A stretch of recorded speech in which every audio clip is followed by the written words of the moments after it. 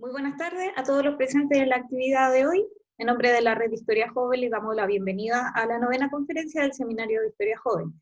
Y le agradecemos la presencia tanto de los asistentes como a nuestro invitado de hoy, Claudio Nach. Les recordamos como aviso previo que durante toda la actividad, por favor, mantener las cámaras encendidas y los micrófonos apagados. La actividad de hoy está a cargo, como ya dijimos, de la Red de Historia Joven, que es esta organización que nace desde el año pasado y que tiene como objetivo difundir el conocimiento historiográfico entre jóvenes investigadores y público en general. Para conocer más de nosotros, también los invitamos a seguirnos en las redes sociales y visitar nuestra página web, redhistoriajoven.cl, donde están todas las conferencias anteriores. Tenemos nuestro sitio, nuestro podcast en Spotify y también nuestra plataforma de YouTube, donde están todas las conferencias previas y donde se van a subir próximamente la conferencia, tanto la de ayer como la de hoy. Volviendo a lo que nos convoca hoy, vamos a presentar la conferencia titulada Proceso Constituyente Histórico, mirada desde el derecho, por nuestro invitado de hoy, Claudio Nach. Claudio es académico de la Universidad de Chile, doctor en Derecho, coordinador de la Cátedra de Derechos Humanos en la misma universidad. Y la conferencia de hoy busca analizar si este proceso retoma la tradición constitucional desde el derecho, que es su área, o significa un quiebre similar a lo que fue la Constitución de 1980. Le informamos que Claudio expondrá durante 30 minutos y durante ese tiempo quienes tengan preguntas las pueden hacer llegar a través de mi chat. Ustedes aprietan ahí o en el chat, hacen la pregunta y yo la leo al final de la presentación. Así que adelante, Claudio, el tiempo es todo tuyo.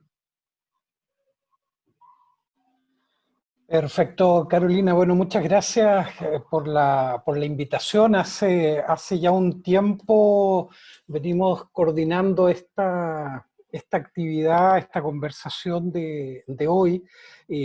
Así que por todo el equipo y todo el esfuerzo que hicimos conjuntamente para coordinar un día y hora en una agenda que previo al plebiscito justamente del 25 está un poco colapsada, yo creo, para todo el mundo, pero este diálogo a mí me importaba mucho, es decir, me interesa mucho ver cuál es el enfoque que ustedes tienen sobre lo que se nos viene en términos de proceso histórico, y donde nosotros, digo nosotros, desde la mirada del derecho tenemos un cierto enfoque de lo que se nos viene, pero me parece fundamental poder ampliar esa mirada y generar conversaciones. Hoy día hay mucho diálogo con gente del área de las ciencias políticas, por ejemplo, o conversaciones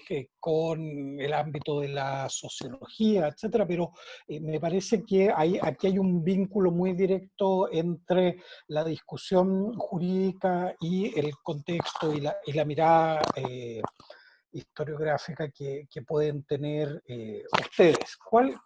En los minutos que tengo asignado, cuál es la pregunta que me interesa dar algunas luces de respuesta? Es si después del 25 de octubre, pensando que es la opción apruebo la que va a imponerse, ¿qué es lo que vamos a estar discutiendo? Vamos a estar discutiendo una nueva constitución, vamos a estar discutiendo una reforma a la constitución del 80, vamos a estar discutiendo más bien una reforma a la constitución de 1925, porque me parece que la respuesta desde el derecho constitucional, llamémoslo así, puro y duro, normativo, es insuficiente. Es decir, aquí no es el debate si es la hoja en blanco o no, y qué se dijo en el acuerdo del 15 de noviembre, o qué es lo que se reformó en la Constitución, sino que me parece que la respuesta a esta pregunta requiere una mirada más de fondo para poder acercarnos a un punto en común para enfocar este proceso. Y yo tengo aquí una hipótesis que yo no le aceptaría probablemente a un alumno del magíster o del doctorado que viniera con este tema y me presentara esta hipótesis. Yo le diría, vaya y trabájala un poco más porque todavía no nos sirve. Y bueno, yo les voy a presentar esa hipótesis todavía en ese primer borrador o en construcción, digamos. No sé cuál ha sido la experiencia de usted, pero yo cuando estaba haciendo el doctorado tenía un cuaderno al lado de mi velador, digamos, porque de repente en la noche despertaba y decía, ya, ahora sé que encontré la hipótesis y en la mañana la leía y no, y volvía a no ser la respuesta. Bueno, ese es el proceso que quiero compartir con ustedes ahora. ¿Por qué les digo esto? Porque mi hipótesis es que no sabemos qué vamos a discutir.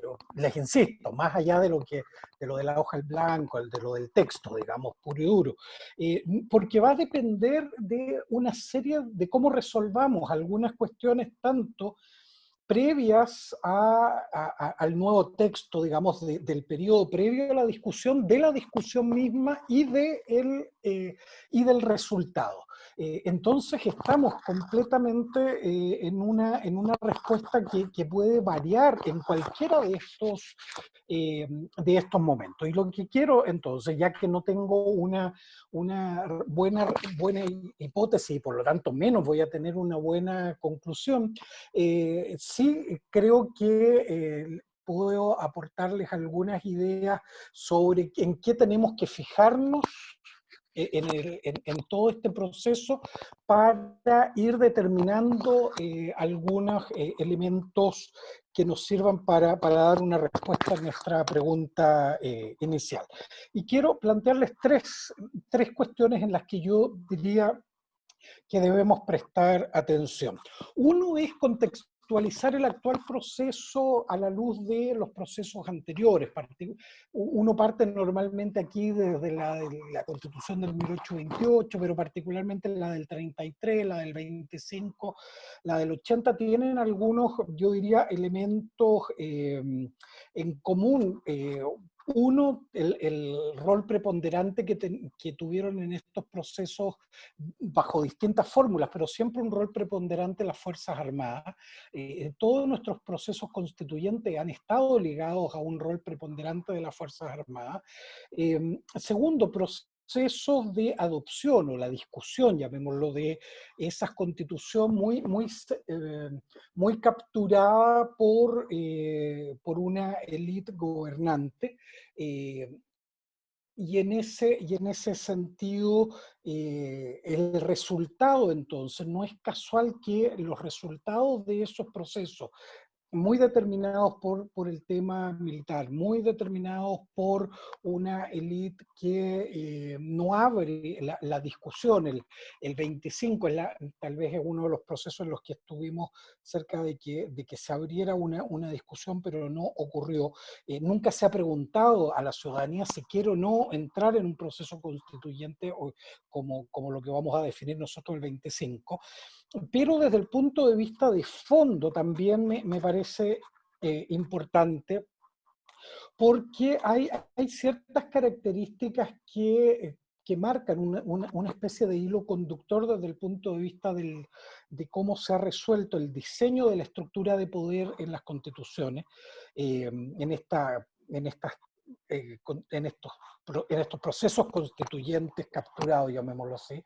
Primero, la idea de poderes ejecutivos fuertes, y ahí los que más que desde el derecho han sido ustedes desde la historia lo que han estudiado como la Constitución del 33, originalmente con un fuerte presidencialismo, pudo dar paso a un periodo parlamentario. Ahí hay todo un tema de la flexibilidad del modelo y cómo se aplicó, pero sin lugar a duda el proyecto original tenía que ver con poderes ejecutivos fuertes, esta idea de un presidencialismo fuerte, eh, con liderazgos individuales muy potentes, y eso es común a varios de los países de la región. Por otra parte, en la contracara de eso, modelos o diseños constitucionales que no han considerado históricamente mecanismos de participación eh, popular y ciudadana, diríamos hoy día probablemente, efectivo, es decir, no son constituciones que hayan estado especialmente abiertas a formas de democracia directa, eh, eh, iniciativas legislativas populares, revocación de mandatos digamos, por iniciativa ciudadana, lo cual ha llevado a estructuras en general bastante capturadas por quienes participan en la discusión política y terminan en el Parlamento. Y obviamente desde el ámbito de los derechos humanos, procesos constituyentes que por razones históricas, obviamente, pero más allá de eso, creo que es un proceso que le hacía mucho sentido a esa elite gobernante sin la presencia de derechos sociales. La del 25 tiene, ustedes saben, hay alguna referencia al tema de derechos laborales, por ejemplo, y uno diría el contexto histórico, sí, pero el mismo contexto histórico en términos de la Constitución mexicana del 17, años antes, que ya había incorporado estos temas, y por lo tanto ya la discusión de la cuestión social había tenido alto impacto. Esta es la Constitución del 25, por ejemplo, tenía que ver con estas demandas sociales, que no terminan reflejadas en derechos. Y en ese contexto, entonces, el segundo elemento que quería plantearles tiene que ver con la Constitución del 80, si es un quiebro o no, es un bicho raro o es parte de este continuo histórico. Y ahí me parece que viene planteándose una discusión el último tiempo muy interesante, cosa que no era esperable hace algún tiempo, de un resurgimiento de un pensamiento de derecha bastante potente en este análisis. Particularmente estoy pensando en la gente del CEP, no sé, en Arturo Fontaine, en Herrera, Osa, es decir, hay un grupo de gente que viene pensando, incluso sacaron un libro que ustedes seguramente conocen mucho mejor que yo, 1925, de decir, esta idea que tenían ellos, y en algún minuto lo plantearon con mucha fuerza, en el proceso de Bachelet, de la reforma del 2016, cuando se estaba discutiendo todo el tema con lo que inició Bachelet como discusión constituyente, de que la tesis de ello era que la Constitución del 80 es un quiebre en un continuo de reformas constitucionales, es decir, la del 33, la del 28, 33, 25 eran reformas, y lo que quiebra ese periodo de reforma es la del 80, y por lo tanto la tesis de ello era que el punto en común que había para iniciar un proceso constituyente no debía ser la Constitución del 80, sino que usar como base, llamémoslo así, como texto base, la Constitución del 25. Ahora, desde el punto de vista de fondo, es una tesis que yo creo que es discutible, es decir, se da en un contexto militar nuevamente, hay una captura de la elite y un ejecutivo fuerte, un parlamento muy debilitado, sin derechos sociales, es decir, ok, podemos discutirlo, tiene que ver con el contexto de la dictadura, etcétera, pero parece que en lo sustantivo tampoco tenemos un quiebre muy radical con el constitucionalismo como se conocía hasta el año 80. Y eso me lleva entonces a la cuestión de lo que podríamos llamar, y para efectos de nuestro diálogo, la Constitución 2022. Es decir, aquí es donde vienen las preguntas que uno debiera empezar a hacerse para ver cuánto de nueva constitución, cuánto de reforma de un proceso, de procesos anteriores, cuánto hay de simplemente una reforma a la Constitución del 80, en el, llamémoslo así, en el peor escenario. Primero tenemos, a ver, una cuestión de contexto que a mí me parece interesante, que es que acá no, en generar esta discusión constitucional no han tenido un rol relevante en las Fuerzas Armadas. Al contrario, hay un rol tremendamente relevante, y este diálogo me parece extraordinario que sea 3 días, digamos, 3-4 días del tema del 18 de octubre, que es donde se inicia esta discusión, que es tal vez lo que no tuvo el proceso de Bachelet del 2016. No había lo que este constitucionalista norteamericano Ackerman siempre ha planteado como una cuestión teórica, y yo creo que la foto del 25 de octubre debe emocionar hasta las lágrimas a Ackerman, porque siempre todos le criticaban que su teoría no tenía ninguna base, es decir, que era absurdo pensar en momentos constituyentes. Bueno, el 25 hay fotos, digamos, diciéndole esto es un momento constituyente, aquí hay 1.000.000 y tanto de personas en la calle con un discurso que rápidamente en una semana se había politizado, y de ser multisectorial era un discurso constituyente, es decir, era un discurso lo que necesitamos es una nueva constitución, y la prueba de eso son cartelitos, son carteles donde la gente, además de poner no más AFP, salud para todos, etcétera, ponía nueva constitución o asamblea constituyente, pero la idea de una constitución estaba muy fuerte ahí, y eso es interesante desde el punto de vista, obviamente, del contexto. Pero la discusión constitucional también, uno puede decir, tiene un punto de diferencia, es decir,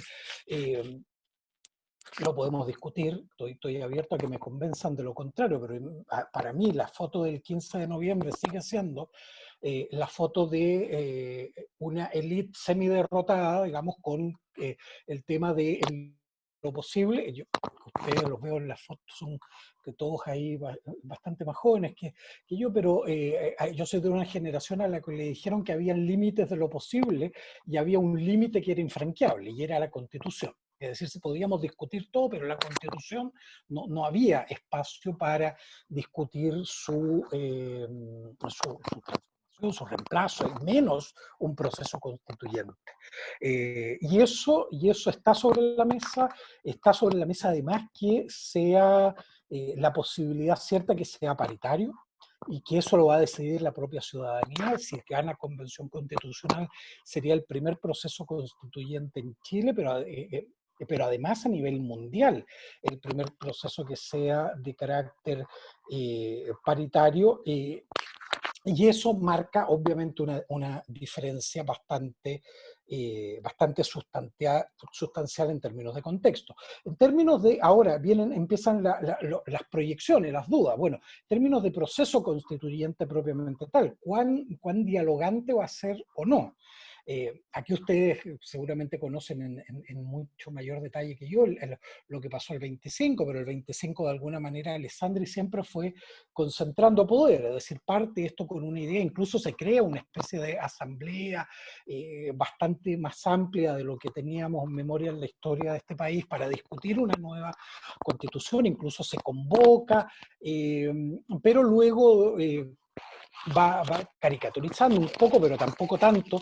Alessandri va diciendo, mire, esto va muy lento, vamos a crear un grupo más chico que lleve los acuerdos más rápido, y luego ese grupo más chico tampoco le satisface y termina siendo un grupo muy pequeño, donde es el propio Alessandri y 2-3 personas los que terminan redactando esto. Al final, salvo que ustedes conozcan algún documento, entiendo que nunca se cerró el otro proceso, el proceso grande que se había llamado, simplemente fue capturado y terminamos con el texto que conocemos. Por lo tanto, existe un riesgo de eso, de una nueva captura. Ahora va a ser una captura probablemente probablemente más sofisticada, va a venir la discusión de quiénes van a ser electos, cómo, y electas para el modelo de discusión constitucional que la ciudadanía determine el día 25. Pero luego ahí viene una cuestión clave, va a ser cuán abierto va a ser el debate que tenga la constituyente con la ciudadanía.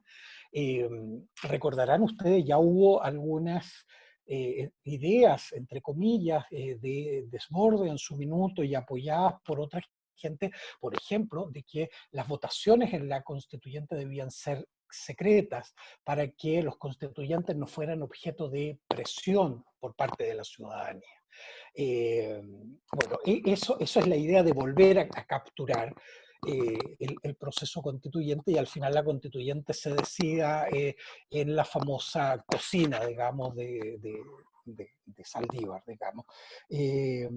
Cuestión que ya lo hemos visto, es decir, este ministro del Interior saliendo de la oficina de los diputados de X partido y luego de haber obtenido los votos, no tenemos fotos equivalentes, pero probablemente algo de eso hay en lo que pasó ayer en el Parlamento. Es decir, todavía puede haber una captura eh, eh, vía dinero, la más burda, digamos, pero también vía la imposición de los intereses a través de los constituyentes electos en abril próximo. Por lo tanto, ahí hay un tema. ¿Quiénes van a decidir? ¿Cómo van a decidir? ¿Cómo se van a relacionar con la ciudadanía? ¿Y qué es lo que van a proponer? Y paso al último tema para abrir la discusión, que tiene que ver, entonces tenemos el contexto, tenemos el proceso y el resultado. Y si miramos ahora el resultado, ¿qué es lo que uno puede pensar en términos de resultado? Yo les diría, hay algunas cosas interesantes. Uno es, bueno, los resultados, llamémoslo así, los contenidos duros. ¿Cuál va a ser el rol que se le asigna al Estado? Por ejemplo, ahí puede haber un cambio radical con lo que tradicionalmente se ha entendido como rol del Estado, por ejemplo, poniendo mandatos específicos en materia de derechos humanos. ¿Eso significaría un cambio? Sí. Pero no es un cambio radical. Reconocimiento de la plurinacionalidad. Ahí sí, uno diría, ahí tenemos algo que no va en la línea de los procesos anteriores. En derechos fundamentales, donde probablemente hay una discusión muy ardua, establecimiento de derechos sociales. Uno diría que hay un cambio, sí, en términos de de lo que era la tradición y más aún de lo que es la Constitución del 80, mecanismos de protección, puede ser, pero si ustedes me dicen, mira, al final el resultado va a ser que van a haber apartados, por ejemplo, en la Constitución que van a tratar temas de derechos de ciertos grupos específicos, porque son grupos históricamente discriminados, que la Constitución los visibiliza y se hace cargo de ellos, tema mujeres, el tema personas en situación de discapacidad, el tema de pueblos indígenas no solo reconocimiento, sino que derechos específicos. Un poco lo que uno ve en alguna experiencia comparada, uno diría, no, esto es muy distinto, esto es distinto. Ahora, en la estructura de poder, también uno debiera estar atento, es decir, cuál va a ser la salida al tema del Ejecutivo, este hiperpresidencialismo actual, tal vez en su peor minuto, porque tenemos un presidente que ha devaluado, digamos, la idea de la institución presidencial, que puede ser un buen momento para generar una discusión donde tengamos claro que no podemos seguir con un presidencialismo como el actual, y eso de paso a fórmulas de digamos, neopresidencialismo, parlamentarismo debilitado, etcétera. Ahí hay fórmulas que uno pudiera pensar que van a estar en la discusión, y hay que ver aquí cuánto va a pesar o no va a pesar el peso de la noche portaliano, digamos, cuánto más allá de la discusión se va a terminar imponiendo el mismo diseño tradicional. En el Poder Judicial también yo creo que va a haber una discusión interesante. Tribunal Constitucional. El Tribunal Constitucional ha hecho todo lo posible para no seguir existiendo, pero es una institución que todavía puede tener sentido en términos de un control contramayoritario que no juegue un de tercera cámara, pero sí de límites a la mayoría. Bueno, o vamos a decir no a eso y sí a darle mayor poder a la Corte Suprema, por ejemplo. En materia de legislativo, ¿vamos a tener un legislativo más empoderado o no? Eh, hay un español, tal vez ustedes lo conozcan, Alfonso Ruiz Miguel, que tiene de la Universidad Autónoma ahí en Madrid, que tiene una teoría bien interesante que dice los diseños institucionales en estos aspectos clave no se toman por lo que el pueblo, entre comillas, quiere en un momento histórico, sino que se toman en base a cuáles son los miedos, los fantasmas que tiene ese pueblo en ese momento histórico. Entonces, lo que pesa son las desconfianzas. Y eso es interesante, esa tesis, traerla a nuestro debate constituyente. ¿En quién vamos a desconfiar más? Vamos a desconfiar más en el Ejecutivo, en el Legislativo, en el Judicial. Y aquí los que tienen ideas más anarquistas se hacen el pino, digamos, porque la respuesta probablemente de muchos es ninguno. Es decir, hoy día yo no le confío a ninguno de los que, bueno, pero ya, ok, pero ¿y cómo va a estructurar el poder? ¿En base a qué? ¿Organismos autónomos? Está muy de moda, es decir, este mismo profesor Ackerman tiene un libro escrito sobre este tema de la distribución, nueva distribución del poder y el rol de los de organismos autónomos, es decir, CERVEL, Instituto Nacional de Derechos Humanos, Defensoría del Pueblo, Consejo de Transparencia, Banco Central. Hay toda una idea de que no tecnifiquemos, que estos sean organismos autónomos donde sea un debate técnico que vaya más allá del debate político tradicional. Es una apuesta que yo creo que también va a estar sobre la mesa. Si ustedes ven, eso puede significar, en la lógica de lo que les planteaba al comienzo, cambios sustantivos de lo que ha sido la historia constituyente. Y por último, simplemente como elementos para el debate, porque podríamos pensar en otros, yo creo que hay algo que va a definir mucho en la naturaleza del proceso, o a ver, mejor, la naturaleza de la nueva constitución va a estar, me parece, en buena parte definida por la naturaleza de cómo se dialogue o se debata, delibere la constitución. ¿Cuál va a ser el texto base? Hay un texto base que va a estar ahí, y cuando se proponga, bueno, definamos el poder ejecutivo, ¿cuál es el que se va a mirar? Porque se puede mirar la Constitución del 80 y desde ahí pensar que no me gusta, la del 25, pueden mirar, y hay muchos mirando, no sé, usted, y en mi rubro hay más que probablemente en el de ustedes, pero en mi rubro hay muchos que querrían, no sé, copiar la Constitución norteamericana y se emocionan hasta las lágrimas si muere una jueza de la Corte Suprema norteamericana, una cosa. Hay muchos que hay otros que no, van a decir, no, es Alemania, es decir, aquí hay que ir al modelo alemán y todo muy sobrio, etcétera, entonces tengamos eso.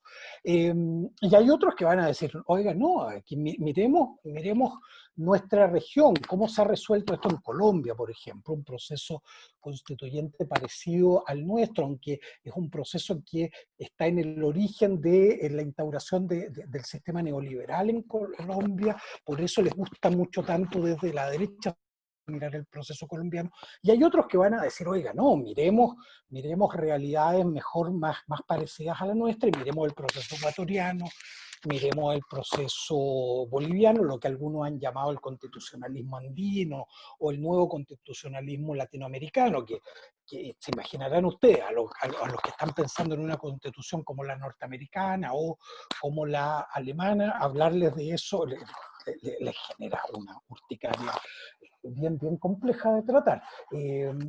Entonces,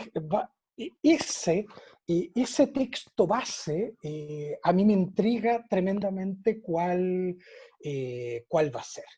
¿Cuál va a ser el texto sobre el cual se va a terminar construyendo? Nosotros en el Código Civil sabemos que Andrés Bello ocupó, no sé, el Código de Luciana, el Código de aquí. Son dos o tres textos base, y luego él lo que hizo fue trasladarlo a la realidad, lo que no le gustaba, etcétera, y armó un Código Civil. me intriga mucho, y yo creo que no está definido para nada cuál va a ser ese o esos textos básicos. Va a ser muy distinto si el texto básico es la Constitución del 80 o si es la Constitución ecuatoriana, no sé, por ponerlo en ciertos extremos ideológicos. En definitiva, si ustedes espero que ustedes compartan conmigo esta idea de que hoy todavía es anticipado para saber en qué estamos, es decir, en qué estamos en términos de la naturaleza del proceso.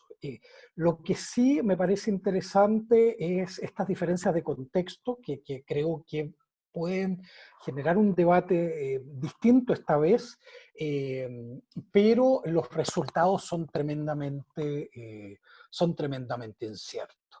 Y lo último, y cierro con esto, a mí me preocupa que el texto base, y esto yo lo tengo aquí, lo tengo a mano, porque he vuelto sobre él varias veces y en este tipo de conversaciones también, me preocupa mucho que el texto base sea este. ¿Vieron ustedes lo que se publicó en La Tercera hace algunos días? Lo que algunos llaman el decálogo, nueva constitución. Piñera entra a los contenidos y plantea 10 puntos esenciales. Algunos han dicho, mire, es una tontera, esto no aporta nada, no, es la constitución del 80 y un par de cosas distintas.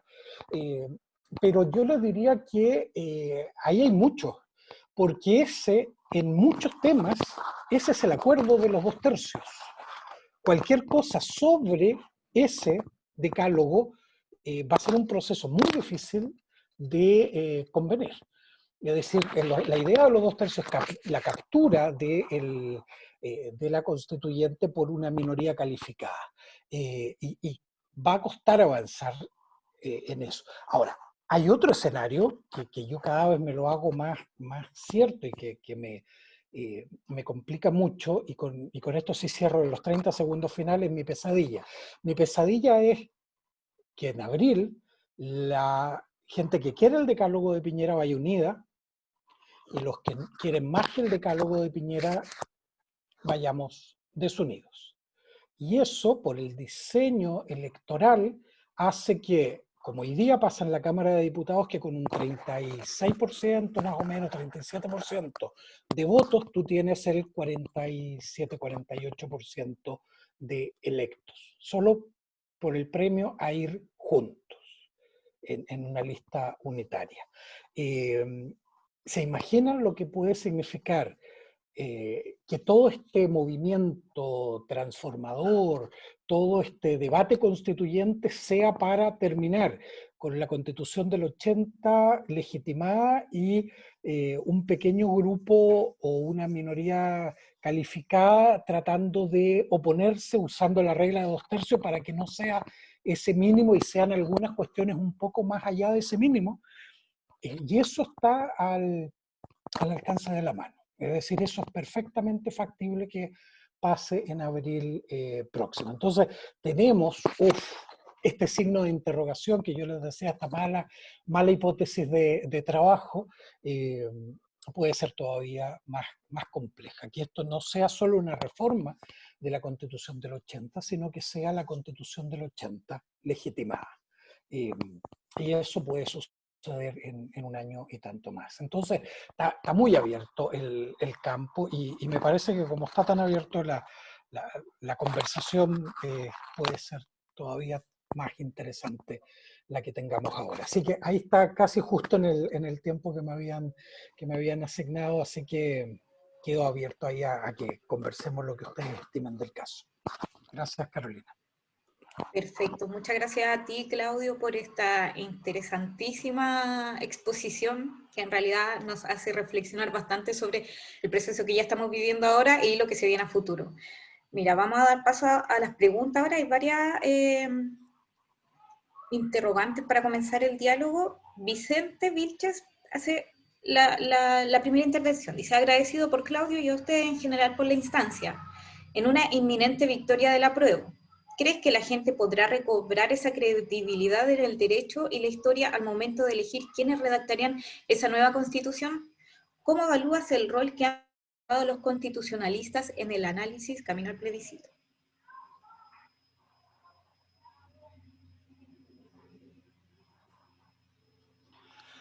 ¿Cuál, ¿Cuál es la dinámica que ustedes ocupan? Aquí yo me adhiero a la que quieran. Mira, Juntamos, voy contestando a una y como ustedes estimen. como te parezca mejor porque tenemos tiempo para ir respondiendo una a una, pero si quieres Perfecto. podemos juntarlas.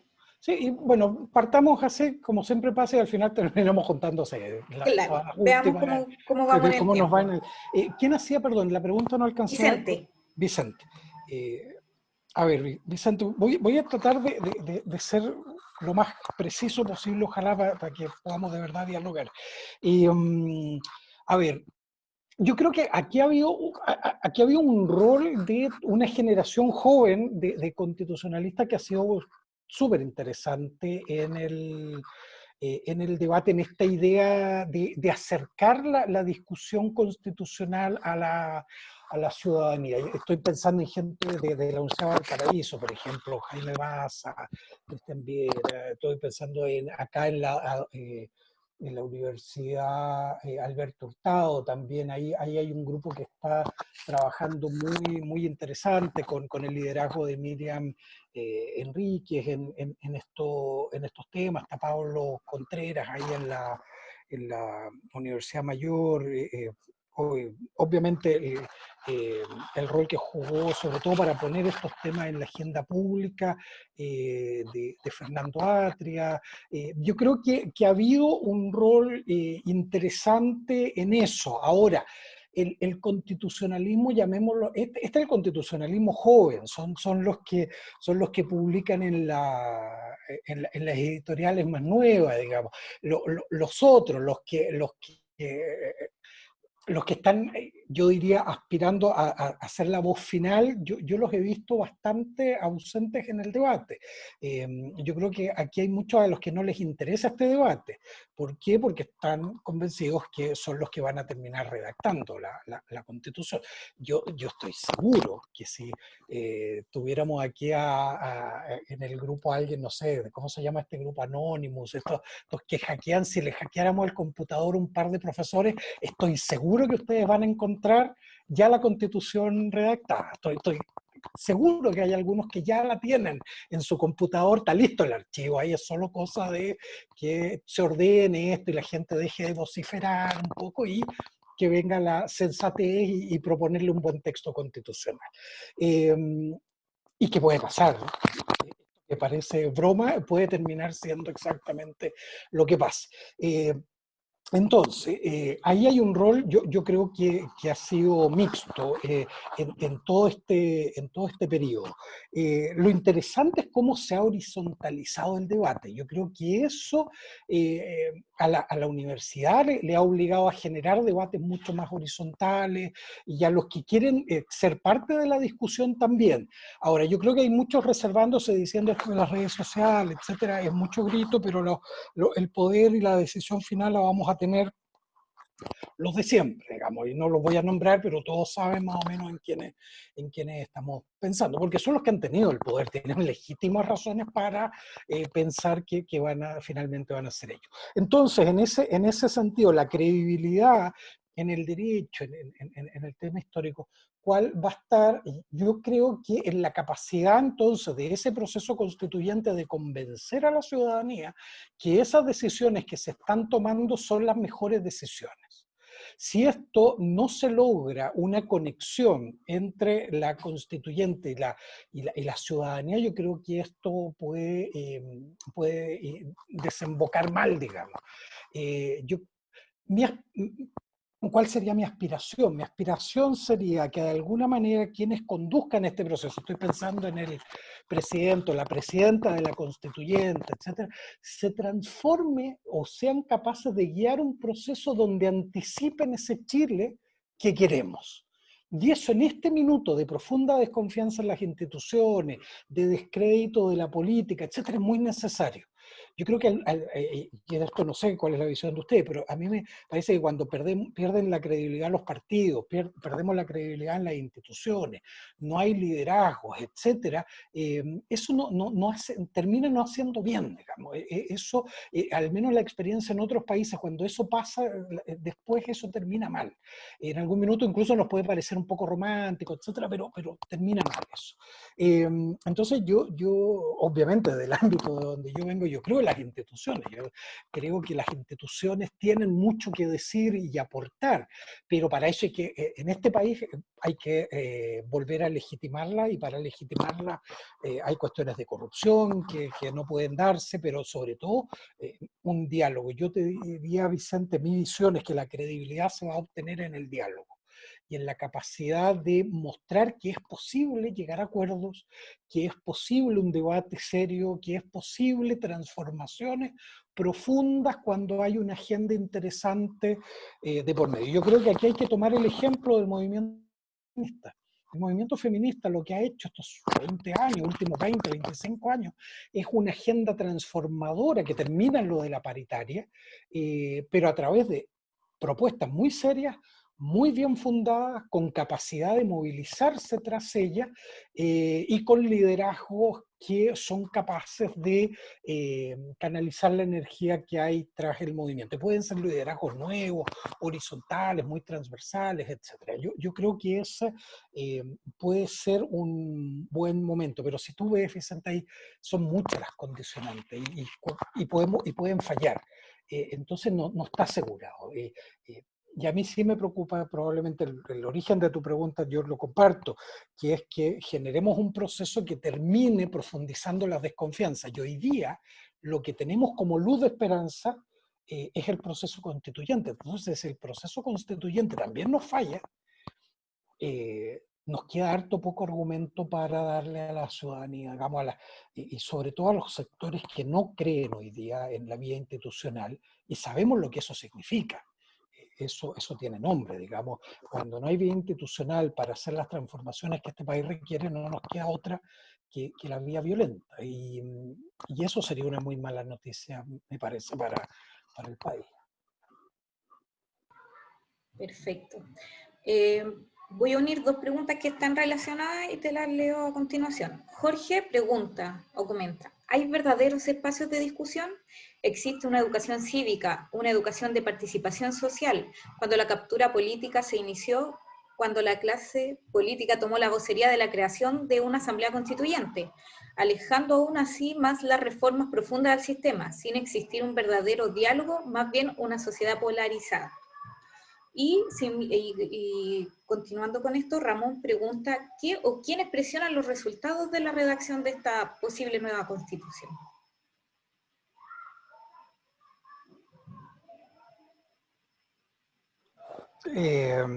A ver, Jorge, yo lo pondría en el siguiente escenario. Estoy buscando a Jorge Muñoz, ¿verdad? Para que la ya, para saber a quién miro cuando contesto. Jorge, a ver, se lo voy a plantear en los siguientes términos. Vuelvo a compartirles una pesadilla, pero una pesadilla que pasó. Esta es pesadilla antigua. Mi pesadilla antigua era que se generara un proceso de discusión constitucional hace, no sé, 10 años atrás, 8 años atrás, donde el contenido de la Constitución, para caricaturizarlo, pero no mucho, iba a estar definido por la segunda del día viernes, que iba a plantear las preguntas y las respuestas las iba a entregar el cuerpo D del Mercurio el domingo. Ese debate constituyente, sí, yo creo que era un muy mal escenario. ¿Cuál es la diferencia hoy? Que hoy hay un espacio, una posibilidad de diálogo o deliberación mucho más real que lo que pudo haber sido eso hace algunos años atrás. Es decir, esta idea de que que funciona como eslogan, pero yo creo que tiene un contenido profundo otra vez. Una sociedad que despierta, una sociedad que no está dispuesta a seguir tragándose todo como se lo planteaban en los medios de comunicación tradicional, una sociedad que se unió, que hay discusión, esta discusión, hay discusión en los barrios, hay discusión en distintos niveles, algo que ya estaba en lo de el proceso de Bachelet, de la constituyente, los autoconvocados, etc. Hay redes sociales que hoy día han acelerado las formas de comunicación, hay medios alternativos generando contenidos. Me parece que hay un mejor escenario para el diálogo. Si usted me dice, ¿está asegurado? No, no está asegurado, pero hay condiciones de que es posible. Eso, bien conducido por la constituyente, creo que puede ser un proceso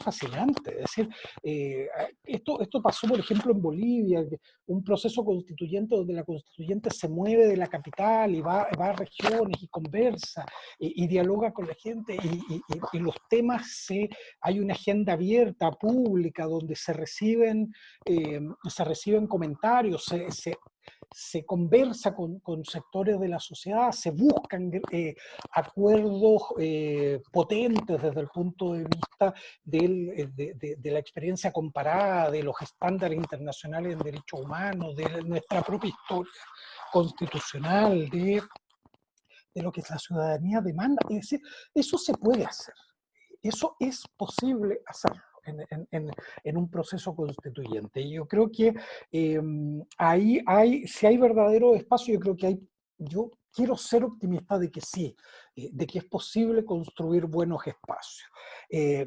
Y, y nos queda la calle. Si eso no se da, donde sea que sesione este órgano constituyente, va a haber una plaza cerca. Bueno, habrá que tomarse la plaza cerca si eso no está funcionando. Habrá que encadenarse donde haya que encadenarse si está capturado el proceso, si no se informa lo que se tiene que informar, si no se dialoga como se tiene que dialogar. Bueno, eso, eso va a ser parte de la realidad. No sé cómo resulte eso. Es otra de las dudas, no sé. Pero si usted me pregunta, ¿hay posibilidad? Yo diría que sí. ¿Es un proceso ideal? No, está lejos de ser ideal, pero es un proceso útil para obtener el resultado que queremos. Una constitución debatida democráticamente y con posibilidades efectivas de diálogo de distintos sectores. ¿Quiénes van a polarizar esa discusión?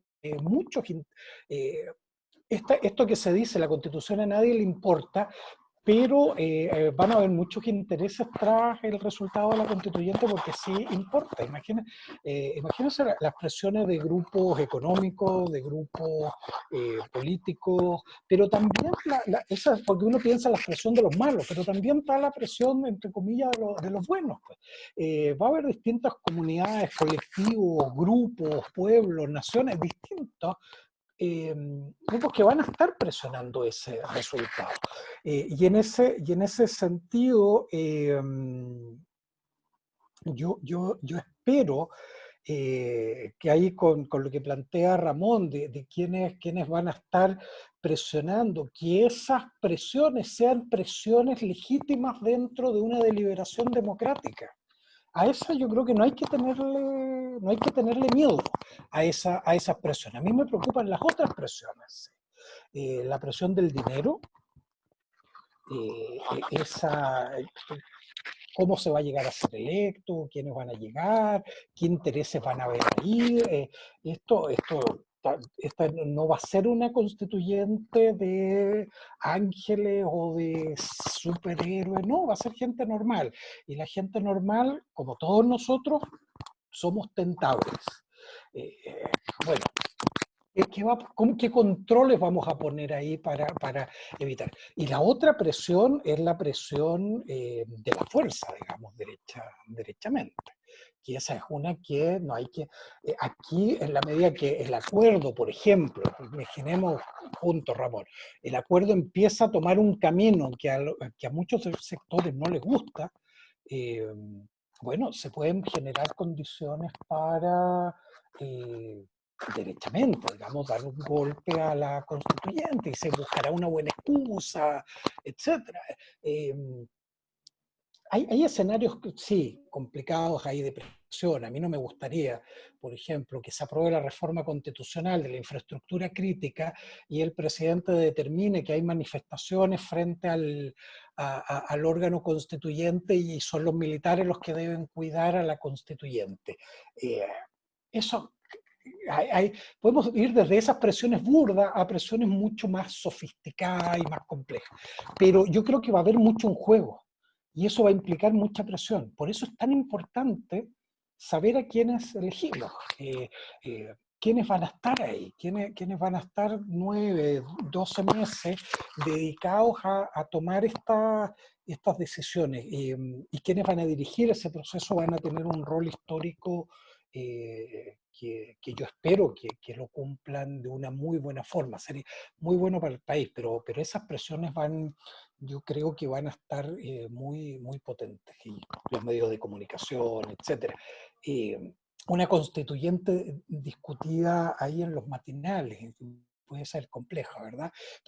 Pero ahí es donde se van a decidir muchas cosas, ahí está el nuevo sentido común en este país, con todo lo riesgoso que puede ser eso.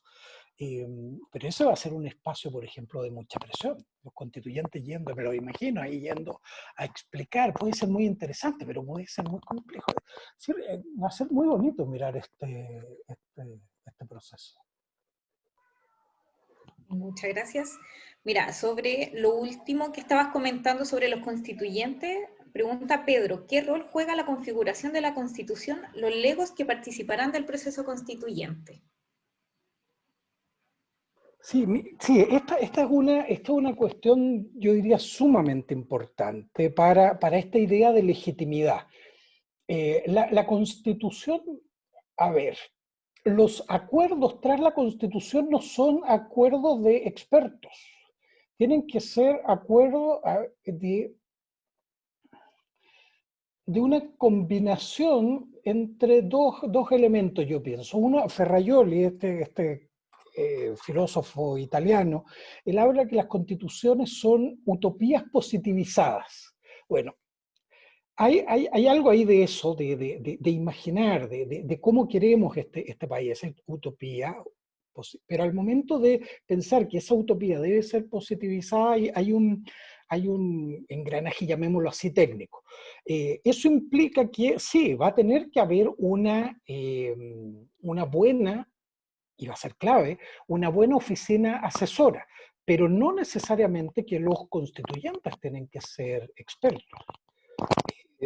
Los expertos, digamos, no te garantizan un buen resultado, ni un resultado aceptable por la ciudadanía. Estamos llenos de expertos que se han equivocado, fueron expertos los que aumentaron 30 pesos el metro, digamos. Es decir, la idea de ser experto no garantiza un buen resultado. Sí, vamos a necesitar buenos técnicos que ayuden a traducir estos acuerdos en un lenguaje que sea el correcto constitucionalmente, que no diga otra cosa que la que se quiso decir, que no lleve un mal resultado concordando unas normas con otras. Sí, ese ejercicio técnico va a ser fundamental, pero los constituyentes tiene que ser un grupo, yo diría, ampliamente representativo de las distintas sensibilidades, visiones filosóficas, experiencias de vida, etc. Ojalá fuera eso. Si tenemos una constituyente solo con ex ministros, ex parlamentarios, ex alcaldes y una serie de ex que como ahora no tienen nada que hacer, quieren ser constituyentes, un horror, digamos, pero puede ser nuevamente, el potencial está ahí, puede ser un proceso sumamente interesante en términos de la diversidad y por lo tanto el rol de los no expertos, y a mí me parece que es fundamental. Y uno cuando tiene estos diálogos, a mí me ha tocado tener diálogos de este tipo aquí por Zoom, pero no sé, en iglesias, en plaza, en juntas de vecinos, ferias libres, en todo ese escenario, y este país tiene, y esto no sé cómo lo ven ustedes como historiadores, pero este país tiene un sentido político muy a flor de piel, es decir, dos, tres diálogos y ya está la idea, está lo que se quiere, están las consecuencias. Es un Chile que tiene una cultura política, pese a que nos dijeron durante muchos años que no, pero está ahí a flor de piel, y en estas discusiones salen cosas interesantísimas cuando uno se da el tiempo para generar discusión y guiarla, y uno como experto, entre comillas, el rol de uno es ese, dar elementos de análisis, pero luego las decisiones surgen solas. Yo en eso sí creo mucho en la deliberación. Ahora, la deliberación, y ahí empiezan las peleas, yo creo que tiene ciertos límites. ¿En qué sentido? Podemos deliberar y todos ponernos rápidamente muy de acuerdo en que hay que restablecer la pena de muerte. No, a ver, ya, pare ahí la deliberación, aquí tenemos algo que tenemos compromiso, que no se va a haber una tensión en eso también, pero a mí no me asusta el tema de que sea una fuerte presencia o mayoritaria como de no expertos. Perfecto. Y para cerrar esta ronda de preguntas, vamos a leer las últimas dos de los asistentes. Primero la de Felipe, dice, ¿qué opinión le merece el proceso o intento de proceso constituyente de Bachelet en términos de información a la ciudadanía acerca de lo que es una constitución? En 2015 en comparación a este proceso del 19-20. Y la segunda pregunta de Jaime, ¿en qué medida una nueva constitución podría satisfacer las demandas sociales del 18-19 de octubre?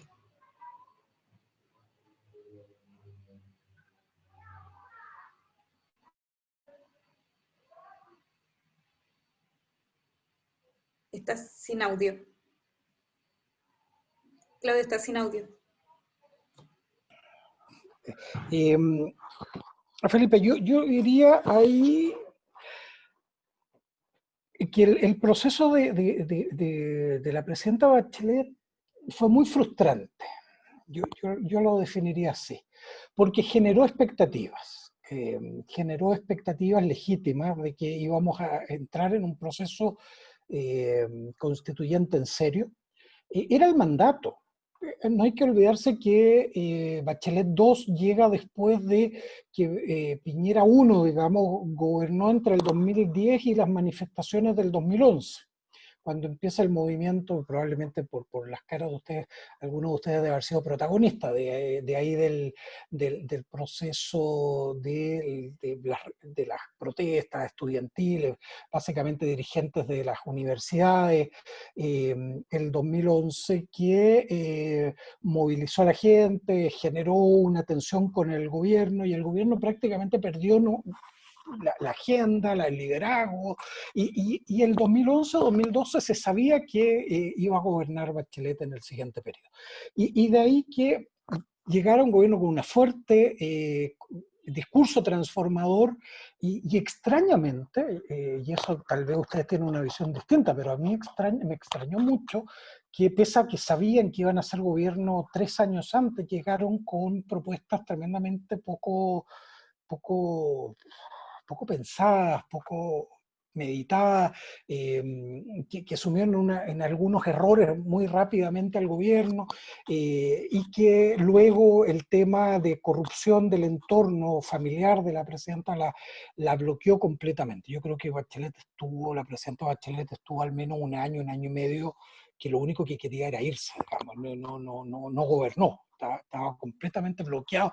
Entonces tuvo un muy buen primer año, luego un año y medio ausente, y al final retoma de alguna manera la agenda. Entonces, para conducir un proceso constituyente, claro, se requería de una energía y de un liderazgo político que se perdió en 2015, inicios del 2015, no sé. Entonces pero luego yo creo que estuvo la posibilidad, cuando se generan las discusiones ciudadanas, los cabildos, etcétera, se retomó una agenda constituyente que era muy interesante. A mí me parece un proceso tremendamente interesante.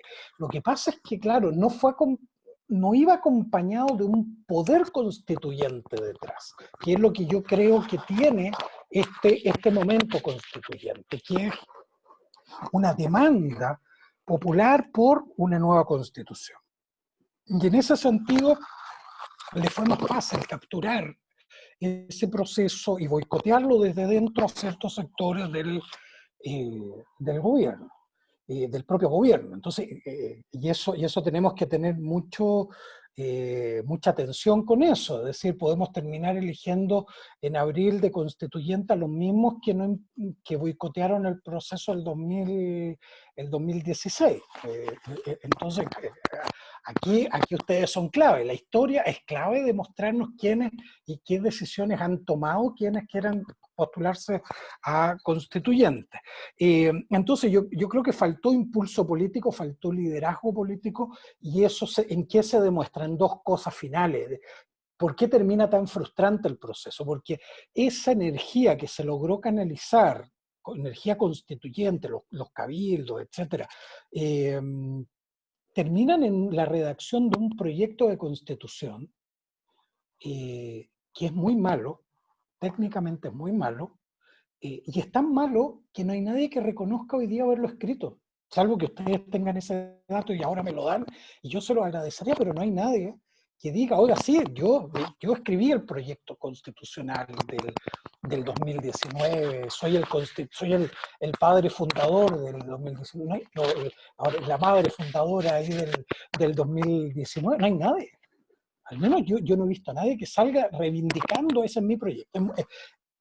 No hizo carne la discusión constituyente, técnicamente es malo, y además, para guinda de las tortas, lo presentan una semana antes del cambio de gobierno, y yo creo que eso fue una falta de respeto a todos los que participaron en el proceso constituyente. Entonces, que después Chadwick que haya hecho mofa de que lo tenía guardado en un cajón, bueno, está bien ganado, se lo tenían, digamos, los que terminaron con el proyecto en un cajón. Yo creo que ahí hay un cambio sustantivo de contexto con lo que estamos viviendo hoy día. Y es que quienes han intentado capturar el proceso no han podido hacerlo tampoco. El proceso sigue su rumbo, más allá del intento de captura por este grupo de la foto del 15 de noviembre. Sí rayaron la cancha muy rayada, eso hay que reconocerlo, pero no han logrado capturar el proceso. Yo creo que eso es interesante. Y eso me lleva, por último, a lo que plantea Jaime, el tema de nueva constitución y demandas. Es difícil. ¿Por qué? Porque yo diría que Chile tiene que lidiar con lo siguiente, tiene que lidiar con las violaciones de derechos humanos de la dictadura que todavía las tenemos como un legado pendiente. Tenemos a eso las demandas sociales del 18 de octubre que tienen que ver con temas estructurales que, por lo tanto, cuando son estructurales no basta con el cambio de una norma, ni la norma superior, sino que tienen que ser cambios que van acompañados de procesos legislativos, judiciales, políticas públicas, etcétera, de mayor complejidad. Pero además tenemos que lidiar con lo que pasó después del 18 de octubre, del legado nuevamente de violaciones graves, masivas y sistemáticas de derechos humanos. Y además, como si eso no fuera poco, además tenemos una pandemia que todavía estamos en ella, que ya tiene cerca de 18.000 muertos, una economía gravemente afectada, desconfianza nuevamente con las instituciones, nuevamente con el poder político. Lo que hicieron ayer en el Parlamento genera todavía más rabia, desconfianza. Aquellos que quieren salir a quemarlo todo, pucha, que le damos buenos argumentos a ellos para que lo hagan. Entonces se genera un escenario. Frente a eso, el proceso constituyente es una solución, no, es un camino, una posibilidad de, a través de lo que hemos conversado durante esta hora y cuarto, es decir, de cómo va a ser el proceso, cómo se va a generar el diálogo, el resultado que puede tener, etcétera. Pero las demandas tienen que seguir estando presentes y resueltas por el actual Congreso, que para eso tiene que estar, para el actual Ejecutivo, lo que pueda hacer o lo que quiera hacer. Yo ya no le tengo en eso ninguna fe, pero van a seguir gobernando un año y tanto más. Bueno, al menos avanzar en algunas soluciones. Es decir, si esperamos que todo esto lo resuelva las demandas del 18 de octubre en la Constitución, no, eso no va a ser así. Pero sí genera un escenario para comenzar a hacer en serio las transformaciones que están tras esa demanda. Y ese es el gran riesgo que hay con farrearnos la oportunidad de tener una constitución que permita las transformaciones. Es un momento de una posibilidad que está al alcance de la mano, pero también está al alcance de la mano que se arruine todo y que terminemos con el decálogo de Piñera como nueva constitución.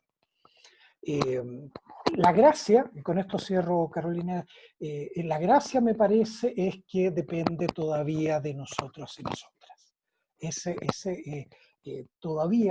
Todavía tenemos ese margen de lo que se generó posterior al 18 de octubre, pero no asegurado. Por eso partía vuelvo a mi pregunta inicial, cómo catalogar, calificar o qué naturaleza va a tener el proceso no se puede saber. Va a depender de cómo se siga desarrollando, con lo de esperanzador que hay, pero también con los riesgos que tiene asociado. Así que les agradezco mucho la oportunidad de conversar este rato de estos temas, porque me parece que es la única alternativa que tenemos, que es conversar mucho estos temas y empezar a ver qué queremos que esté cuál es nuestro decálogo. Esto muy hegeliano, cuál va a ser ante esa tesis, cuál va a ser nuestra antítesis para ver cuál va a ser esa síntesis de la Constitución 2022. No está claro todavía, pero gracias por la discusión. Muchas gracias a ti, Claudio. También agradecer a todos y todas las asistentes de hoy, a todos los que participaron, y recordarles, bueno, en nombre de la Red de Historia, Historia Joven, los invitamos nuevamente a revisar nuestro sitio web, redhistoriajoven.cl. Ahí van a estar el registro de esta actividad, de la anterior y de todas las que hemos realizado hasta ahora. Nos despedimos. En nombre de todos agradeciendo y deseando que tengan una buena semana, y también agradeciéndote a ti, Claudio, nuevamente, porque nos diste muchas ideas para reflexionar en este proceso tan importante, en donde lo primordial es que todos seamos parte y todos podamos participar de él. Así que nos despedimos, muchas gracias a todos y hasta una próxima actividad. Chao, muchas gracias. Chao.